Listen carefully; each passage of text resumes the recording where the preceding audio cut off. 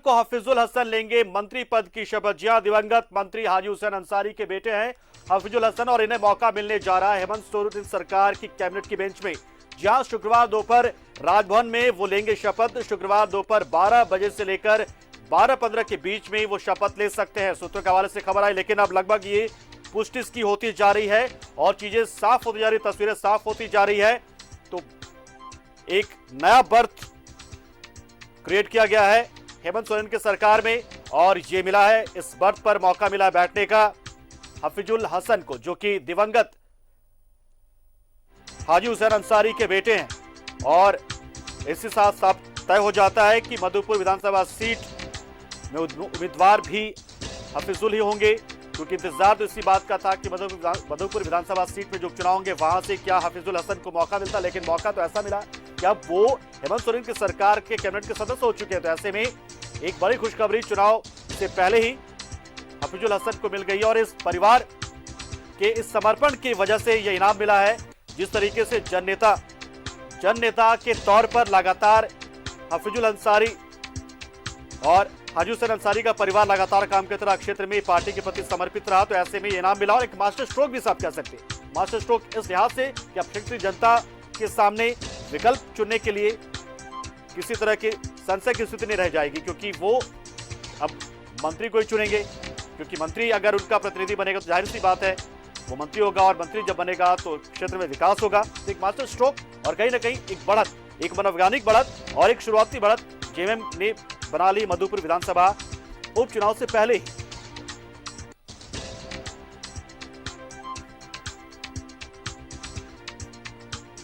तो एक जननेता, जन नायक के तौर पे हाजी हुसैन अंसारी को जाना जाता रहा है। दिवंगत हाजी हुसैन अंसारी के बेटे हफीजुल हसन को अब अपने पिता की विरासत को आगे ले जाने का मौका मिल चुका है। एक राजनीतिक पदार्पण एक बड़ी हैसियत के तौर पर मिलने जा रही है।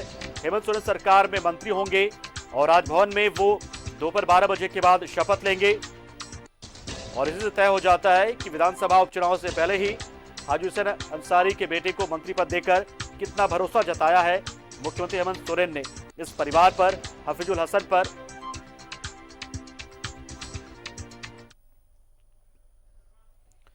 तो हफीजुल हसन मंत्री बनेंगे और सियासी सुगबुगाहट एक बहुत बड़ा स्ट्रोक आप इसे कह सकते हैं सियासत गलियारे में, सियासी के गलियारे में एक बहुत बड़ा स्ट्रोक जेएमएम का। हेमंत सोरेन सरकार में मंत्री पद की शपथ लेने जा रहे हैं हफीजुल हसन और इसी से तय हो जाता है कि वो ही अब अपने पिता की विरासत को आगे ले जाएंगे, वो ही चुनाव लड़ेंगे जेएमएम के प्रत्याशी के तौर पर, क्योंकि 6 महीने का वक्त होता है मंत्री पद की शपथ लेने के बाद अपनी सदस्यता को बनाने के लिए। तो 6 महीने के भीतर, और जो चुनाव है मधुपुर विधानसभा का जो चुनाव होने वाला है वो अगले 2 से 3 महीने के भीतर हो जाएगा।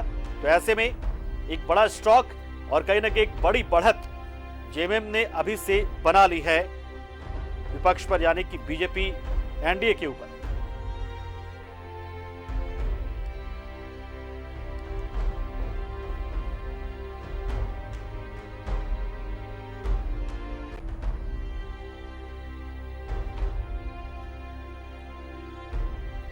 हफीजुल हसन बनेंगे मंत्री। हेमंत सोरेन सरकार में एक नया चेहरा शामिल होने जा रहा है। नए मंत्री के तौर पर शपथ लेंगे हफीजुल हसन।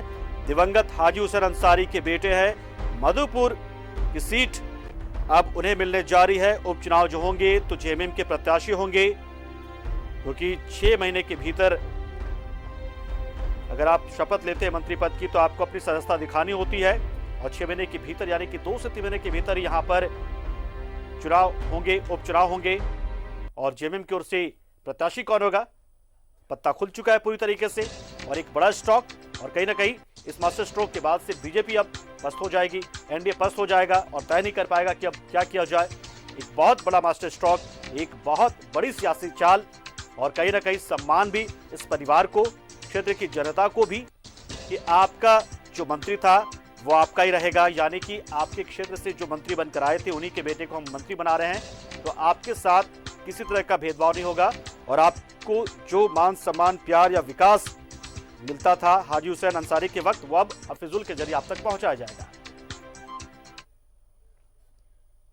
इधर नियोजन